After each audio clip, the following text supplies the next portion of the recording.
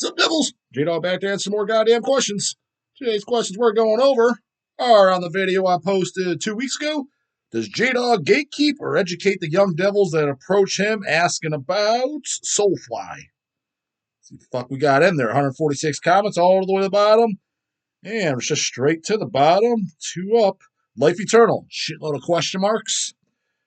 What band from the modern era, if they were transported back to 1987, would be blowing up while maintaining their current sound? It's funny. That kind of goes back to the Apocalyptic Raids would be more popular than fucking Hellhammer if you transported them back, transported Apocalyptic Raids back to 1980. When did Hellhammer do their first demo? It was 82, right? Correct me if I'm wrong, but I'm pretty sure it was 82. The Triumph the Death demo, pretty sure it's 82, right? Transport Apocalyptic Raids, whatever the fuck they did, first, second, third release, whatever. Pick any of them for the most part.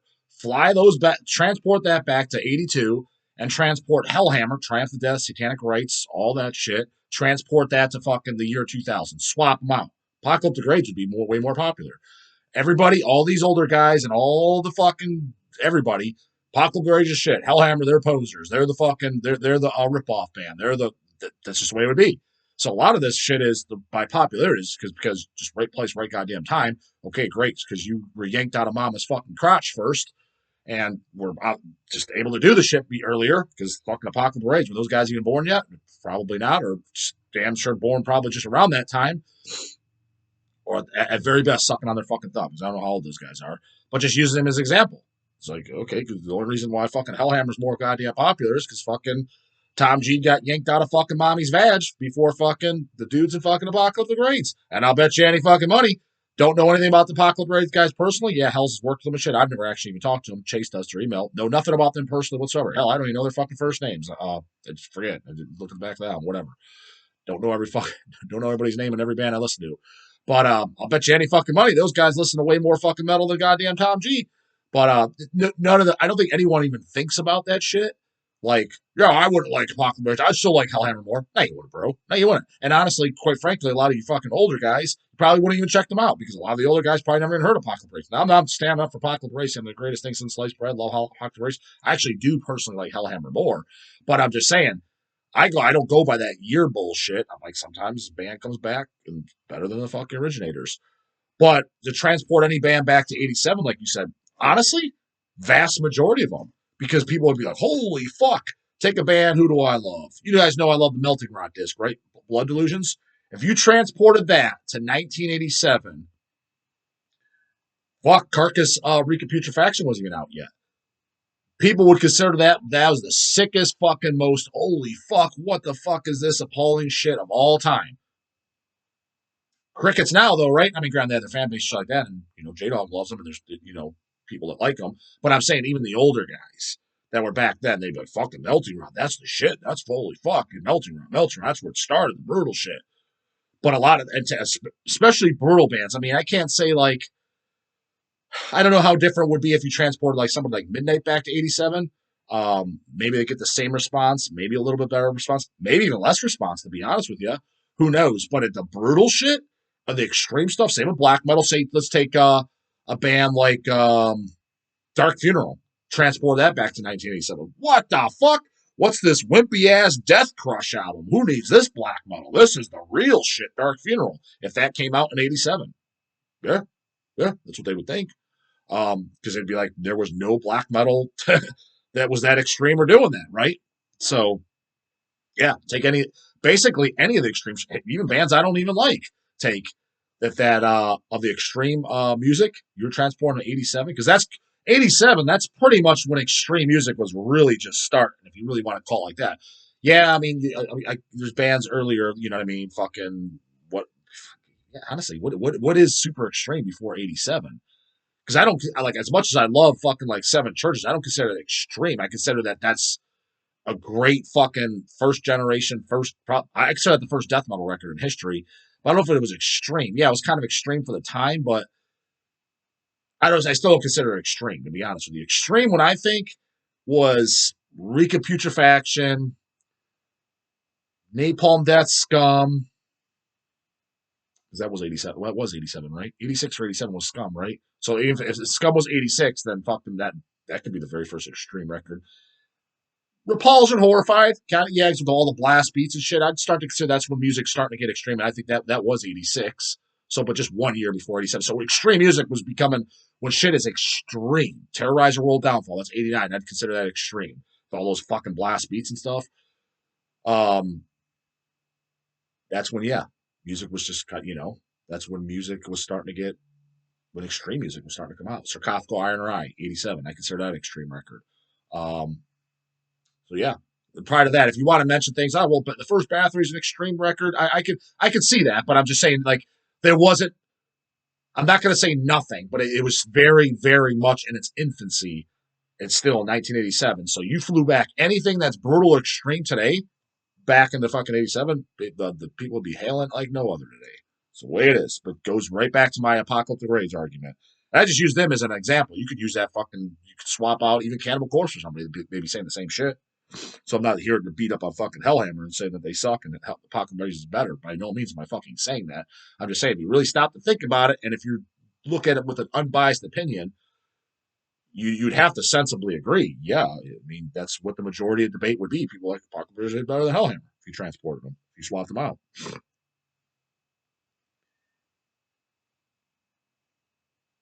Super Vomit, J-Dog question. What's your thoughts on Porno Grind? Are you a fan? For the most part, no, but describe what do you consider Porno Grind? Would you consider Waco Jesus, especially the first album, Destruction of Commercial Scum? Love that record. Is that Porno Grind? I just considered it kind of like death grind with fucking sexual, I guess, porno fucking themes.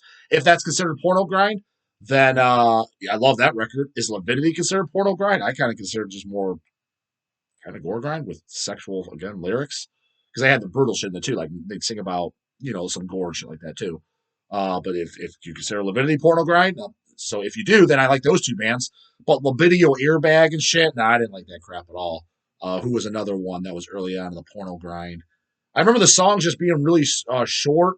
Oh, is Cock and Ball Torture considered porno grind? I like, especially the first album, Split with this. I did kind of lost track. I think I like the second album too, but it's been so long since I heard it.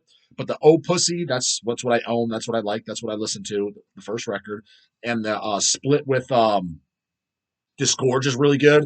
And it's been years since I busted out the 7-inch, the split 7-inch with Last Days Humanity, but I remember that being good too.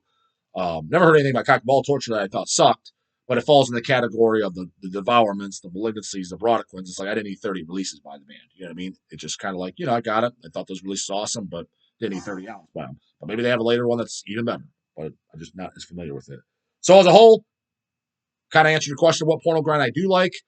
But outside those ones that I mentioned, if you consider those porno grind, I was never a fan. Cave Grinder, J Dog, what do you think of Abhorrence from Finland? Like them, I own that Savart Records reissue LP, maybe even the CD, but for sure the LP. I I don't know if I have one of the original 7-inches. I might. It's good. I always kind of thought it was overrated. It was good finished death metal that gets kind of boring, but I do like it as a whole. Um, but I think the Abhorrence Evoking the Abominations album from Brazil, I think it blows away the fucking Finnish band, in my personal opinion. I think Evoking the Abominations blows away a lot of the Christian albums. It's not as good as Apocalyptic Revelations or Conquers Armageddon, but it's goddamn close. That is I heard fucking Listenable supposed to be doing it on vinyl LP after I've been saying it for the last 10 years. Asked them. Gene from Angel Course brought it up, and he sent us scans of the cover or whatever, and we were asking about it, and the conversation got re-brought up again. He's like, yeah, I'm doing it. I'm not going to hold my breath, but whatever. But he's going to do a J-Dog style. The way I want that LP to come out, I wanted to come out with a gatefold cover, first 100 copies on 12-inch picture disc, and then like 400 to 500 on a color vinyl. That's my vision. Will he do that?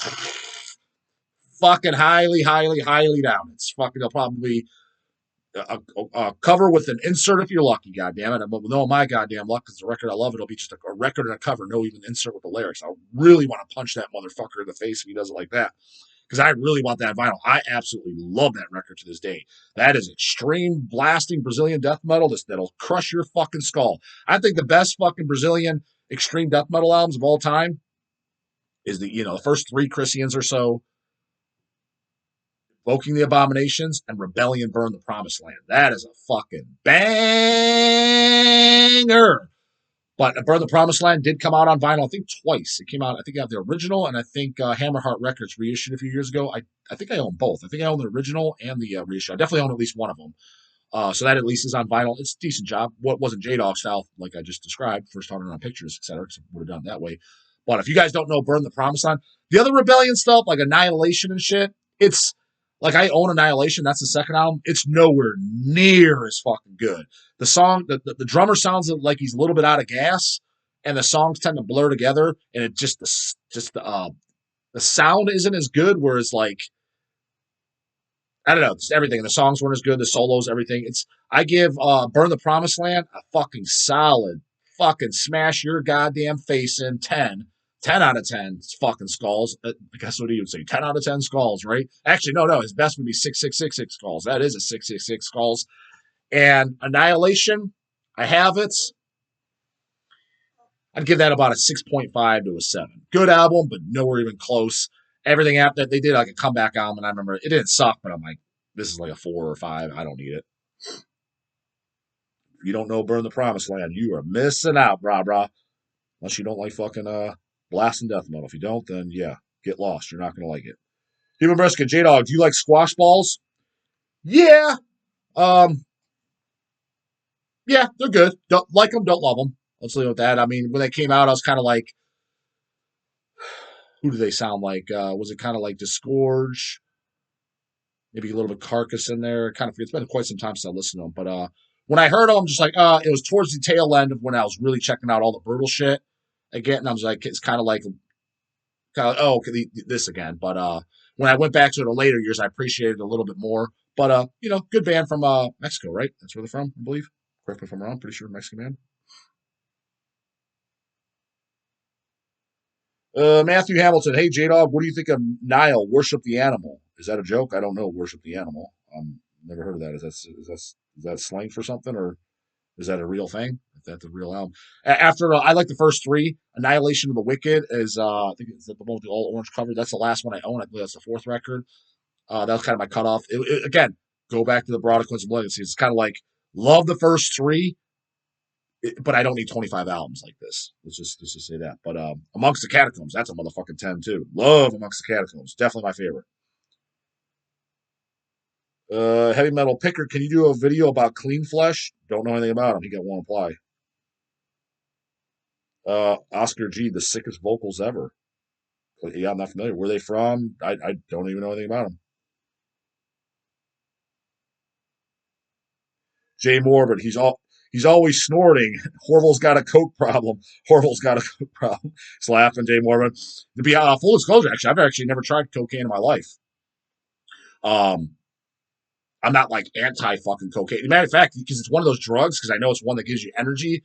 It's like, I have a feeling that maybe I probably would like it, maybe a little bit too much. So probably not something I want to fucking get used to. Although I don't have an addicted personality and I have self discipline. Part of the reason I like bodybuilding, especially when it comes to dieting time, because as you guys know, my favorite fucking thing in the world is pizza.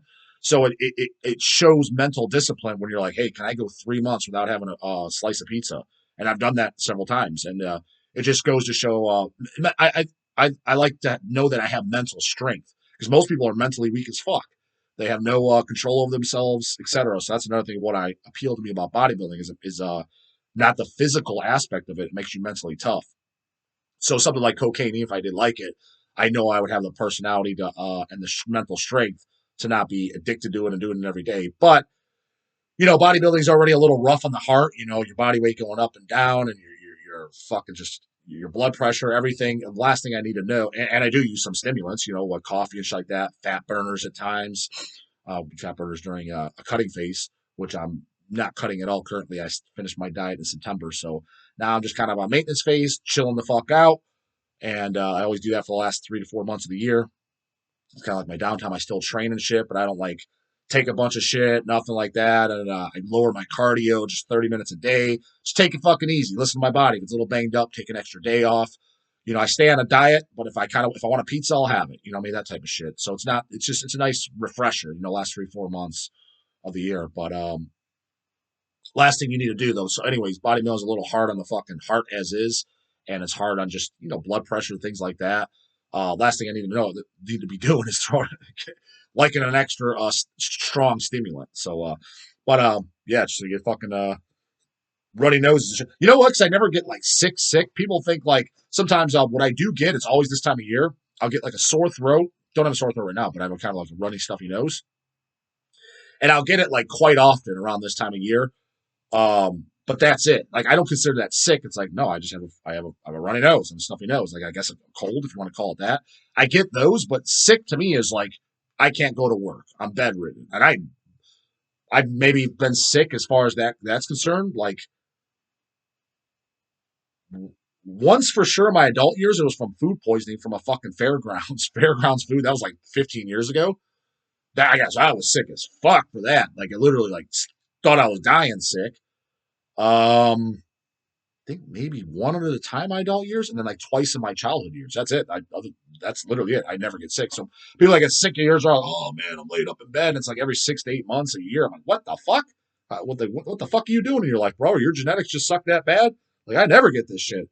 Again, even before I was working out and eating clean, et cetera, et cetera. Like when I just was a teenager working at Burger King, Pizza Hut, eating that shit every day, didn't exercise. I never got sick then. So I don't know. Maybe it's a genetic thing. Maybe I just got lucky with that shit. So don't take it for granted. But yeah, don't have a coke problem. Ricky Jones, J Dog, how many Blood Red Throne albums do you have? I actually don't have any of them. They're the ones that I kind of do want to get the first album, or at least I remember when was it the we had them in stock back in the way back. This is back in the mom and dad fucking bedroom days, house days when we were on the business. The Suicide Pack. They were always a band I enjoy it, but I was on the fence like, do I need it? But I kind of kick it back because like I knew it from my early years and I never picked it up. I kind of wish I at least had the first album. But they're on the fence. I liked it, but I didn't like it enough to buy it. But I again kind of wish I did. But the ones after, I think I heard the second album. But if there's any things after, I think they just had two that I know of. The first one for sure. Whatever the Suicide one that came with the Razor Blade, that one I've heard the most. And if there's a third or a fourth, I don't think I've ever heard them. So I'd be unfamiliar with those. So actually, I don't own anything by Blood Red Throne.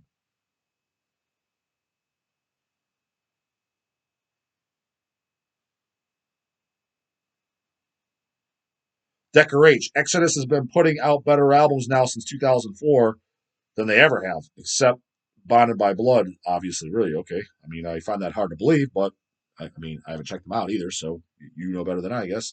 Better guitar tone, better riffs. They're heavier with more catchy and more memorable songs overall, in my opinion. By the way, Soulless is dog shit. Even Agony's Lament, bro? Fucking Agony's Lament is dog shit. That album is fucking great.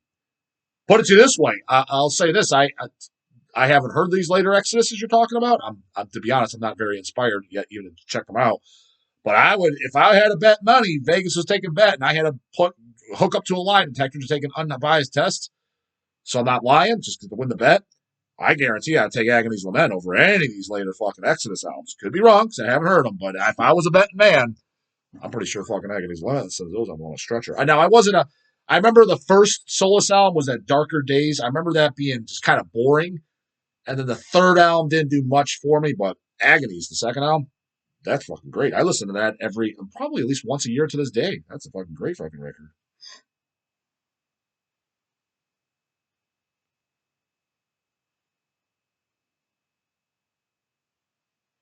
Pikel. Haven't seen you in a while. Pikel. Is HHB ever going to reissue Black Witchery Crush Messiah shirt? That was such an awesome shirt, and I'd love to buy one. I'm not sure. Ask fucking if you know Chris Impurath, Black Witchery. Ask him if Hell's can or would. I'm not sure. And maybe you can answer this one for me too. If the money is right, would you merge with another record company unknown or no? I don't see you, HHB, and Napalm Records merging, but if money talks, I guess bullshit walks. I mean, when you say money is right, like the merge, like what would they? I mean, if it was like a guaranteed out the fucking gate, maybe. I mean, if it was like, okay, you're gonna now make $1 million a year, J Dog, and you're not putting out no fucking anything embarrassing like Nickelback or whatever fucking Roadrunner shit did. It was like, yeah, you're still putting out respectable metal, even there's bands that I'm not necessarily a fan of. Like for example, like I'm not the biggest 200 stab wounds fan in the world, but I consider that's at least respectable. But if now it's like we got to put out, yeah, they're doing Slipknot, they're doing fucking Nickelback and whatever. Just look at later Roadrunner. I'd be disinterested by that even for the money because that does seem that's total fucking selling out and kind of like selling your soul, right? But if it's like just doing the same old, and you're just in cahoots with someone else, and it's like, yeah, my income was to substantially increase. I guess at that point, yeah, money does talk, bullshit walks. I mean, it's because like, why not? If you're doing the same thing, and it's just business. I don't see how that would be possible though. Like if we're to collab with somebody now, you're kind of splitting profits and you're working. Yeah, more shit's coming out. Uh, if it was kind of like, hey, let's talk about it, and there's a possibility, like it's just going to be a good business venture, I'd be turned off. I'm like, I don't, what do I want to work with some other canoes for? But if it was a guarantee, hey, no, this year you're making like guaranteed in writing, you're making $1 million a year. Well, then, I mean, fuck, I mean, I'd be a goddamn garbage man for a fucking $1 million a year. You know what I mean? So I'd be on this, yeah, I'd have to say, yeah. I mean, why would I say no? I mean, no to that, you know what I mean? So, but then I mean, I can't foresee that ever fucking happening. So no need to even fucking think about it, right? Anyways, that's it for this one, Devils. Comments, questions, concerns, you know what the fuck to do. Put in the goddamn comments box and I'll answer bright in the morning. Later, goddamn it.